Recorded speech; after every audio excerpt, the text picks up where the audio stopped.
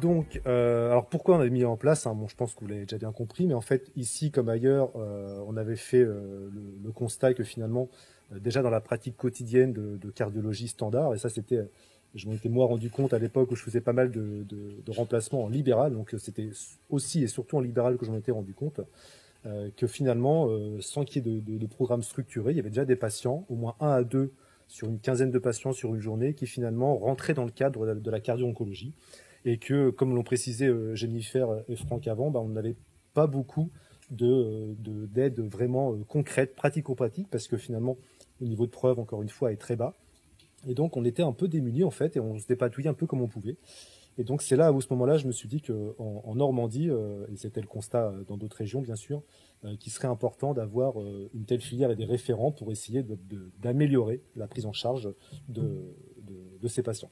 Et puis quand j'ai commencé un petit peu à frapper à la porte des oncologues, finalement la réponse était assez unanime, était oui, il y a effectivement un besoin d'avoir de tels programmes parce que les patients ils sont là, les questions elles sont là, et les réponses, on n'a pas toujours finalement la réponse adéquate parce que par manque de données, par manque de réseau et manque d'organisation.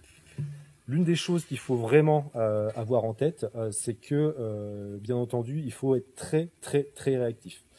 Si nos collègues oncologues vous contactent pour avoir un avis sur est-ce que la chimiothérapie est responsable ou pas de tel événement cardiovasculaire et est-ce qu'on peut continuer la chimiothérapie, il est hors de question de leur dire qu'on peut voir le patient un mois après. Ça, c'est vraiment pas possible. Donc, c'est l'une des contraintes. Mais en fait, il faut pouvoir réagir vite. Réagir vite, c'est au minimum dans la semaine, même des fois un peu plus vite, mais au moins dans la semaine, de pouvoir voir le patient parce que, bien entendu, chaque semaine qui va passer va être un pronostic qui risque d'être moins bon côté oncologique. Donc finalement, voilà, on l'a déjà dit, hein, c'est la filière Picaro et les autres filières de cardio-oncologie, en fait, essayent de réconcilier deux mondes qui n'étaient pas toujours finalement très connectés auparavant. Parce qu'encore une fois, on n'avait pas tout à fait les mêmes patients. Hein. Nous, côté cardiologie, dès qu'un patient avait un cancer à fortiori métastatique, on disait qu'on ne faisait rien, globalement. En tout cas, on n'allait pas être agressif et être moins agressif qu'avec les autres patients. Et donc, nous, voilà, c'était pas des patients qu'on voyait. Donc, il fallait vraiment essayer de réunir ces deux mondes-là. Et donc, c'est ce qu'on avait essayé de commencer il y a maintenant 3 ans. Les objectifs, en fait, sont les objectifs de toute filière de cardio-onco. Un, c'est déjà mieux sensibiliser les diagnostics et qu'on aille plus vite en termes de diagnostics et surtout qu'on les fasse. Hein. L'exemple des myocardites immuno-induites est un très bon exemple. Hein. C'est encore probablement très sous-connu, que ce soit dans le milieu et oncologique et cardiologique. Et il y a probablement encore des diagnostics qui passent à la trappe. Et quand on voit le pronostic effroyable de ces myocardites, c'est quand même dommage. Donc il y a encore plein de choses à faire pour essayer vraiment de diffuser ces informations et ces connaissances. L'objectif, c'était aussi d'avoir une prise en charge transversale et multidisciplinaire. Bien évidemment, c'est pas le cardiologue tout seul dans son coin, ni l'oncologue tout seul dans son coin qui vont prendre ces décisions-là. C'est vraiment une vraie concertation. Et donc ça, il faut vraiment échanger. Et comme le disait Angélique, d'avoir son réseau de personnes privilégiées, c'est vraiment important parce que au moins on va pouvoir discuter et essayer de trouver la meilleure option pour le patient. Donc c'était bien sûr d'augmenter la qualité des soins si possible, d'éviter les hospitalisations. Il y a quand même un tas de choses qu'on peut gérer en ambulatoire quand on arrive à s'organiser. Donc ça, c'est quand même une bonne chose pour ces patients qui sont déjà hyper sollicités en termes d'examen et d'hospitalisation, qu'elles soient programmées ou non programmées. Et tout ça, comme l'ont précisé Franck et Jennifer, en fait, tout ça, le seul et unique objectif, c'est de vraiment faciliter, de permettre au maximum l'utilisation des traitements anticancéreux les plus adaptés, les plus efficaces au moment où on voit le patient. Et bien sûr, en préservant la fonction cardiaque. Donc, quelques mots, effectivement, qui vont rebondir sur ce qui a déjà été dit auparavant, puis suite à la question tout à l'heure. Clairement, en fait, la cardio-oncologie, on en est au tout début. Hein. C'est pour ça que peut-être tous les praticiens ne sont pas encore sensibilisés. C'est pour ça qu'il n'y a pas encore de filière très complètement organisée dans tout le territoire. Mais c'est vraiment en train de se mettre en place. Nos collègues à Marseille ont vraiment été pionniers, ont vraiment lancé la machine. Et nous, on s'est clairement inspiré de leur filière pour commencer à Caen. Et puis, les choses vraiment sont en train d'arriver. Et arrivent tellement que c'est maintenant une discipline, la cardio-oncologie, qui est complètement et entièrement reconnue au niveau de la Société française de cardiologie. avec un groupe qui est au même niveau que le groupe d'insuffisance cardiaque, que le groupe de rythmologie, etc.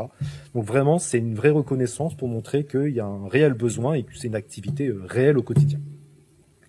Et donc petit à petit, en fait, hein, les filières, les programmes, les unités de cardio-onco, peu importe le format, naissent dans toutes les villes. Maintenant, à Lyon, il y a quelque chose de bien organisé. À Rennes, ça se met vraiment bien en place. Il y a différents centres parisiens, bien entendu. Donc vraiment, c'est en train d'arriver. Et de toute façon, c'est inévitable. Hein. Les patients sont là, les demandes sont là, les toxicités cardiaques sont là. Donc de toute façon, inévitablement, ça ne peut que se diffuser partout.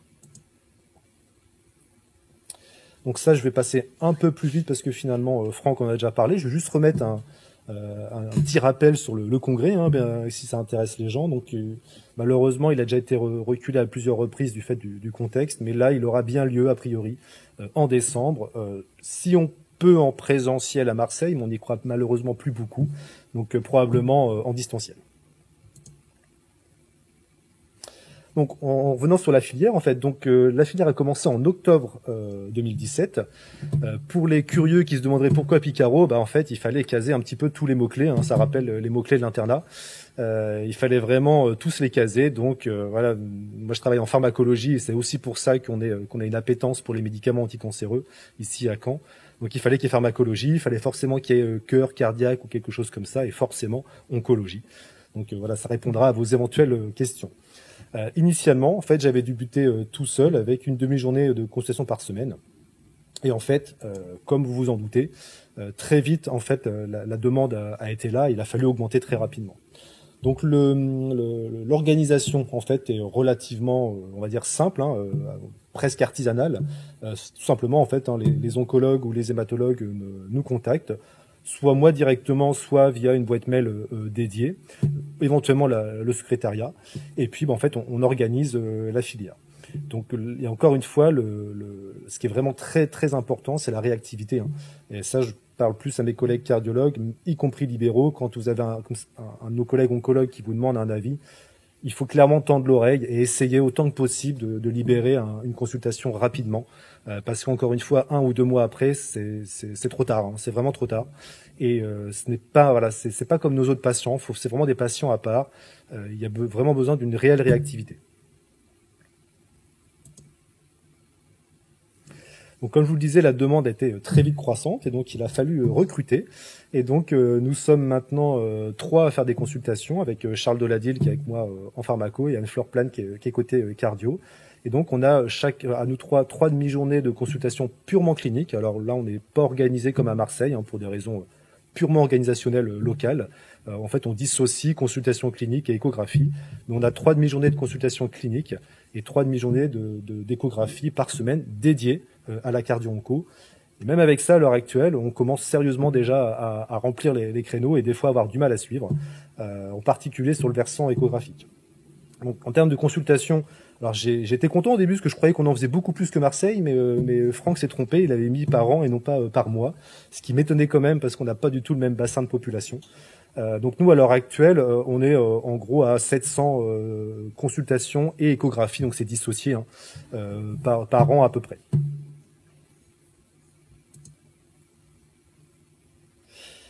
Donc ça, c'était vraiment l'état des lieux actuel. Qu'est-ce qu'on envisage dans les jours ou mois à venir en fonction des projets pour encore améliorer les choses? Et bien en fait, on va débuter la semaine prochaine une RCP, donc une RCP vraiment dédiée aux questions de cardio-oncologie et aussi aux questions vasculaires en fait, puisqu'on travaille aussi avec Damien Lanéel. Et que côté médecine vasculaire, il y a clairement aussi des vraies questions hein, sur thrombose et cancer, et aussi thrombose et anticancéreux.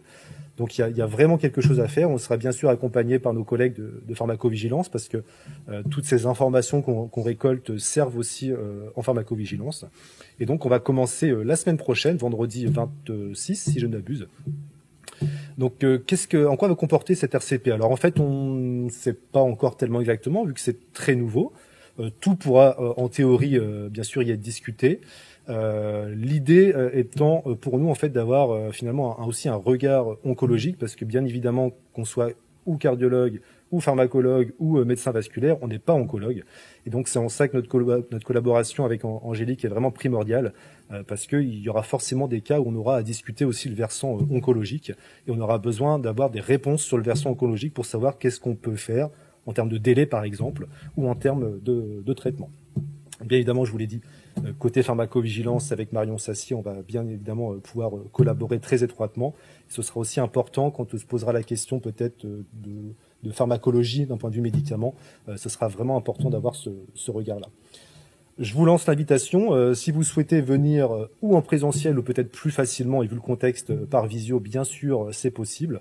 Donc peut-être pas dès la semaine prochaine, parce que là, on va déjà, nous, essayer de se familiariser avec les outils et vérifier que tout fonctionne. Mais l'idée, c'est qu'en gros, avant l'été, cette RCP, que ce soit en présentiel ou en visio, soit ouverte à tous les oncologues et cardiologues de l'ex-région Basse-Normandie pour l'instant qui le souhaiteraient. Et donc, bien évidemment, après que vous souhaitiez ou pas, ou vous puissiez ou pas y assister, vous pourrez nous envoyer, on vous donnera les démarches à suivre pour nous envoyer les dossiers à examiner. Et donc, on peut discuter de dossiers, autant sur le versant adressé par nos collègues oncologues. Et là, on pense qu'en pré-thérapeutique, il y aura quand même probablement des choses à faire, parce qu'à l'heure actuelle, on voit des fois malheureusement des décisions qui sont prises de peut-être parce que c'est difficile d'avoir un contact avec un cardiologue, mais on écarte d'emblée un traitement parce que le patient a un antécédent d'infarctus, et en fait, pour nous, infarctus, ça veut pas dire grand-chose. Il faut aller plus loin, et c'est pas parce qu'il y a une notion d'infarctus que le traitement sera contre-indiqué. Et donc typiquement, ça c'est des choses qu'on pourra clairement discuter en pré-thérapeutique. Après, il y aura bien sûr des questions de toxicité et de qu'est-ce qu'on fait, est-ce qu'on arrête le traitement ou pas. Et donc ça, nos collègues cardiologues qui, je pense, des fois, en partie en libéral, se sentent peut-être un petit peu seuls dans leur cabinet. Alors quand tout va bien, ça va, mais quand il y a une FEVG qui est altérée, la question qui va tomber, c'est qu'est-ce qu'on fait du traitement anticancéreux. Donc là, il ne faut pas hésiter à nous contacter et on en discute tous ensemble. Donc, dans les autres projets, de toute façon, comme on déborde, on va essayer d'augmenter nos temps de consultation. Donc ça, on peut pas le faire pour l'instant pour des raisons de locaux, mais en fait, normalement, d'ici la fin d'année, on va changer d'endroit en fait de consultation au CHU, et donc on devrait avoir plus de latitude pour augmenter les consultations. Donc on devrait pouvoir ajouter une 4e demi-journée de consultation de cardio-oncologie, et on pourrait normalement vraiment officiellement, parce que ça existe déjà, mais de façon on va dire moins structurée, officiellement ajouter une consultation vasculaire, vraiment complètement dédiée, une demi-journée complètement dédiée aux questions oncologiques. À l'heure actuelle, en fait, Daniel Hanel, on le sollicite déjà, mais il intercale ses consultations au sein des consultations autres. Là, il y aurait vraiment quelque chose de parfaitement borné et dédié. Dans les autres projets, en fait, on voudrait encore améliorer nos pratiques. Et en particulier, en fait, nous, comme à Caen, on ne fait pas l'échographie pendant la consultation. Des fois, c'est un petit peu frustrant, parce que typiquement, les questions de trastuzumab, d'anthracycline, on n'a pas forcément besoin à l'instant T d'une échographie archi complète et totale. Et déjà, si on voit la FEVG, on est déjà très content, et ça permet de débloquer la situation et de lancer le traitement, quitte à prévoir dans les jours ou semaines qui suivent une vraie échographie complète. Et donc, on est en train d'acquérir, on devrait l'avoir dans les jours ou semaines qui viennent, en fait, un appareil portable qu'on pourra utiliser pendant la consultation, qui nous permettra d'avoir quand même une vision assez grossière, mais quand même très intéressante de la fonction cardiaque. L'autre chose, c'est qu'on commence à réfléchir à améliorer la surveillance et le monitoring cardiaque des patients en ambulatoire, parce que clairement, il y a quelque chose à faire. Les patients, par exemple, qui ont des traitements anti-VEGF, qui sont pro-hypertenseurs, pour l'instant, on est un petit peu embêté. C'est un peu frustrant parce que moi, j'ai l'impression, en tout cas personnellement, que je mise beaucoup sur les patients avec une éducation leur disant attention, achetez-vous un appareil, vous la surveillez bien, etc. Avec toutes les limites qu'on connaît, quand on voit déjà que les patients, quand ils recopient les tensions, ils se trompent parce qu'ils savent pas où est la virgule, etc., entre centimètres et millimètres de mercure, ça a quand même ses limites. Et donc, voilà, il y aurait quelque chose à faire, et probablement qu'on pourrait monitorer, on pourrait imaginer un patient qui le 10 du mois à son anti-VEGF, eh bien, quelque chose est mis en place à domicile pour, dès le lendemain, pouvoir monitorer la pression artérielle et avoir quelque chose de très efficient et en ambulatoire. La question se pose également pour le rythme cardiaque et le QT, avec des médicaments qui allongent le QT. Nos collègues oncologues les revoient quelques temps après pour mesurer le QT, mais c'est pas forcément facile de le voir au bon timing, et le timing n'est pas forcément le bon en fonction de la pharmacologie de l'anticancéreux. Des fois, c'est à J3 que le QT va être au maximum, des fois, c'est à J10, etc. Donc là, il y aurait quelque chose à faire. Et bien évidemment, je pense à l'ibrutinib avec la fibrillation auriculaire. À l'heure actuelle, les essais cliniques nous disent que c'est de l'ordre de 10, 12, 13% de patients qui font de la fibrillation auriculaire. Mais ça, c'est avec une surveillance minimaliste. On avait déjà vu avec nos collègues marseillais sur un petit travail de bicentrique qu'on pouvait monter jusqu'à plus de 30% des patients quand on commençait à intensifier la surveillance. Et encore intensifié, on n'était pas à ce qu'on pourrait faire au maximum, c'est-à-dire que dans les études en termes de détection de fibrillation auriculaire, ce qui est le plus sensible, ce qui fait le mieux en dehors du holter implantable, c'est un holter ECG de 5 à 7 jours par mois pendant 1 an. Et donc là, clairement, je pense qu'on aurait des surprises et on verrait beaucoup plus de fibrillation auriculaire. Donc on commence à réfléchir à ça et on a quelques pistes pour les mois à venir. Donc il y a une diapo qui a sauté, voilà. Et donc la dernière chose, c'est que donc pour l'instant, pour un problème de temps et d'organisation, finalement, notre activité à Caen, elle est assez centrée sur Caen finalement. Alors bon, c'est là qu'il y a quand même la très grande majorité des patients traités, mais pas que. Et donc on voudrait pouvoir régionaliser en fait cette filière, et donc avec un double objectif en fait, à la fois une collaboration ville-hôpital et à la fois public-privé. Et là, je pense qu'on a une vraie chance de montrer à nos tutelles que ça peut fonctionner et qu'on peut bien s'organiser. Donc initialement, on voudrait la mettre, pareil, pour des raisons organisationnelles, hein, dans l'ex-Basse-Normandie. Pas qu'on aime pas nos collègues haut-normands, mais c'est juste que pour l'instant, voilà, les organisations sont différentes, donc ce serait pas forcément faisable à court terme, mais à long terme, oui. Et en fait, ça part simplement du constat que finalement, il y a des cardiologues partout sur notre territoire. Alors on peut toujours dire qu'il n'y en a pas assez, mais n'empêche qu'il y en a partout sur le territoire, que ce soit en libéral ou en côté hospitalier. Et donc, ça peut être des fois un peu dommage de faire venir le patient, il fait 150 km alors qu'il a un cardiologue à 10 km de chez lui. Et donc ça, c'est vraiment quelque chose qu'il faut avoir en tête. Et de toute façon, les cardiologues à l'heure actuelle voient déjà ces patients. Après, là où ils sont en difficulté, c'est que des fois, ils ne connaissent pas forcément le traitement. Qu'est-ce que ça peut donner? Et donc c'est là où les outils développés par nos collègues de Marseille sur leur plateforme G-Médicaux, où vous pouvez avoir accès, hein, je vous invite vraiment à aller voir sur le site, c'est que là, vous avez 2 entrées, soit par médicament. Et donc là, vous avez un patient qui vous a adressé, je sais pas moi, sous ibrutinib. Vous savez pas ce que c'est, ça à la limite, peu importe, mais vous savez pas ce que ça peut donner côté cardiovasculaire. Eh bien, vous allez voir sur le site ibrutinib et ça vous dit attention, surveillez la pression artérielle, surveillez le risque de fibrillation atriale principalement. Donc ça, déjà, c'est quelque chose de très simple. Et puis l'autre problème, comme le disait tout à l'heure Franck, c'est que à l'heure actuelle, on n'a pas de recommandation. Et même si on n'a pas de recommandation, il faut quand même au maximum essayer de standardiser les pratiques.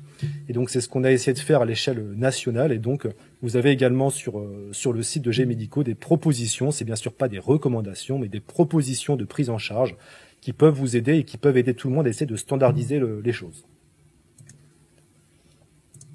Pardon, je vais trop vite. Donc voilà, donc le site, hein, vous pouvez y aller, hein, comme disait Franck, c'est inscription gratuite. Et vous voyez qu'on peut rentrer et par classe de traitement, et par nom de molécule, médicament, ou par les toxicités, puis après il y a d'autres choses. Donc ça, c'est vraiment facile d'accès, je vous ai mis juste quelques exemples. Et en consultation, si vous avez ça, un raccourci sur votre bureau de PC, ça va vraiment pas vous prendre de temps et ça peut bien vous dépanner. Donc vous cherchez par ordre alphabétique, hein, c'est très simple. Là, j'ai dû prendre le premier exemple qui venait, abiraterone, et vous voyez, ça vous met en fait qu'est-ce que ça peut donner. Donc on parle pas de choses, on va dire, très compliquées. On vous dit pas il y a une incidence, il y a tant de risques. Voilà, c'est très simple, mais ça vous permet de savoir qu'est-ce que vous devez faire. Parce qu'en fonction du traitement, des fois c'est plutôt de l'écho pour la FEVG. Des fois l'écho finalement elle passe complètement au second plan et ça va être l'électro, ça va être le QT, ça va être autre chose. Donc ça c'est vraiment très intéressant et très facile à utiliser au quotidien.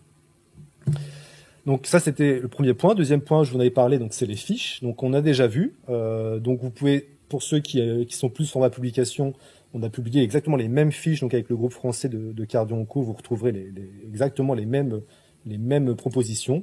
Et sinon, vous les avez sur le site de G-Médicaux. Et donc ça reprend. Donc là, Angélique vous l'a déjà montré. Je vous ai remis l'exemple de la fibrillation auriculaire. Mais vous avez que faire en cas de dysfonction VG, que faire en cas d'allongement de QT, etc. Il y a normalement toutes les grandes situations qu'on peut rencontrer. Tout est bien sûr discutable et le but n'est pas de rester forcément strictement enfermé dedans, mais ça peut quand même franchement guider. surtout quand on n'est pas très à l'aise et des fois un petit peu isolé.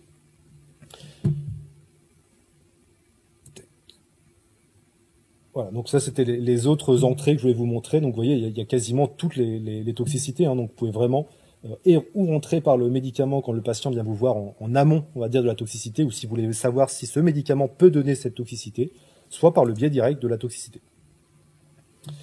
Donc cette régionalisation, en fait, on resterait, c'est pas parce qu'on régionalise qu'on abandonnerait complètement nos correspondants. Le but, bien entendu, c'est que, le simple constat, c'est que de toute façon, nous à Caen, on est au CHU, on est clairement dans l'incapacité de voir tous les patients de la région. Ce n'est pas la vocation, et de toute façon, on ne le peut pas. Mais pour autant, on n'abandonne pas les autres, et donc c'est vrai qu'on a un peu plus l'habitude maintenant. Et donc, s'il y a des questions, on reste disponible directement, ou il y aura un canal dédié qui sera la RCP, où là, il y aura vraiment moyen de poser les questions. Donc, à quoi ça pourrait ressembler, du coup, dans les mois à venir? Alors, je dis pourrait, parce que ça fait déjà quelques temps avec Stéphane Clairon, hein, qui m'aide beaucoup sur la partie, sur le côté plus libéral de la cardiologie. En fait, ça fait déjà quelques temps qu'on voudrait faire ça, mais on va sortir la bonne excuse du Covid, qui forcément ne nous a pas aidés. Mais il y a aussi un problème de temps. Mais ça va arriver, inévitablement. Et on a déjà même commencé un petit peu, sous un certain format que je vais vous parler juste après. Donc l'idée, ce serait que les oncologues et hématologues pourraient toujours demander une consultation. C'est là où, pour l'instant, finalement, il y a encore des questions pratico-pratiques pour que les choses soient simples pour l'oncologue, soient efficaces et que ça n'embolise pas tout le monde. L'autre question après, c'est comment cette demande va pouvoir être ventilée en fonction du secteur géographique, sachant que dans la région, hein, s'il y a des collègues cardiologues qui nous écoutent, on avait déjà clairement discuté avec vous et on avait identifié sur tout le territoire un grand nombre de collègues cardiologues qui étaient d'accord de participer à ce schéma. On a été même quasiment exhaustif, je pense. Donc voilà, il y aurait les gens sur le territoire. Après, c'est vraiment des questions pratico-pratiques pour comment la demande pourrait arriver de façon simple et si possible automatisée directement chez le cardiologue concerné. Avec toujours, bien sûr, à garder en tête qu'il faudra réagir vite et pouvoir proposer une consultation rapide dans la semaine.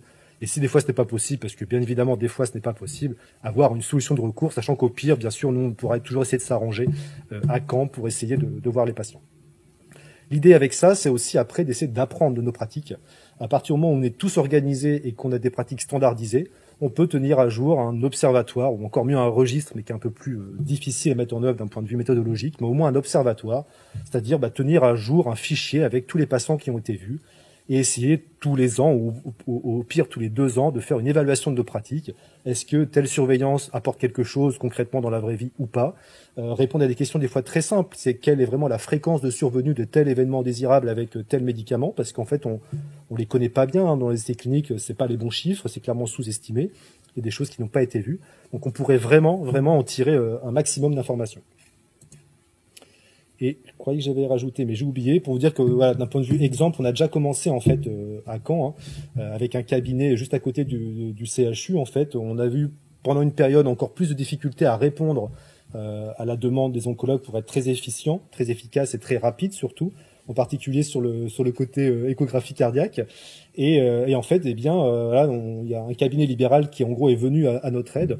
Et donc en fait, quand on voit que nous au CHU, on ne pourra pas assurer dans les délais nécessaires une consultation, et bien en fait, on bascule la demande à nos collègues libéraux. Et généralement, dans les 2 à 3 jours grand maximum, ils voient le patient avec des attitudes, des prises en charge qui sont les mêmes que nous.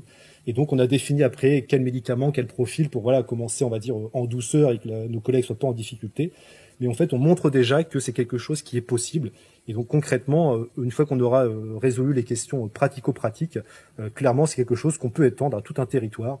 Et c'est quelque chose que je pense qui peut vraiment marcher. Voilà, moi, j'ai fini pour ma présentation. Et bien entendu, s'il y a des questions sur ma présentation ou sur celle d'avant,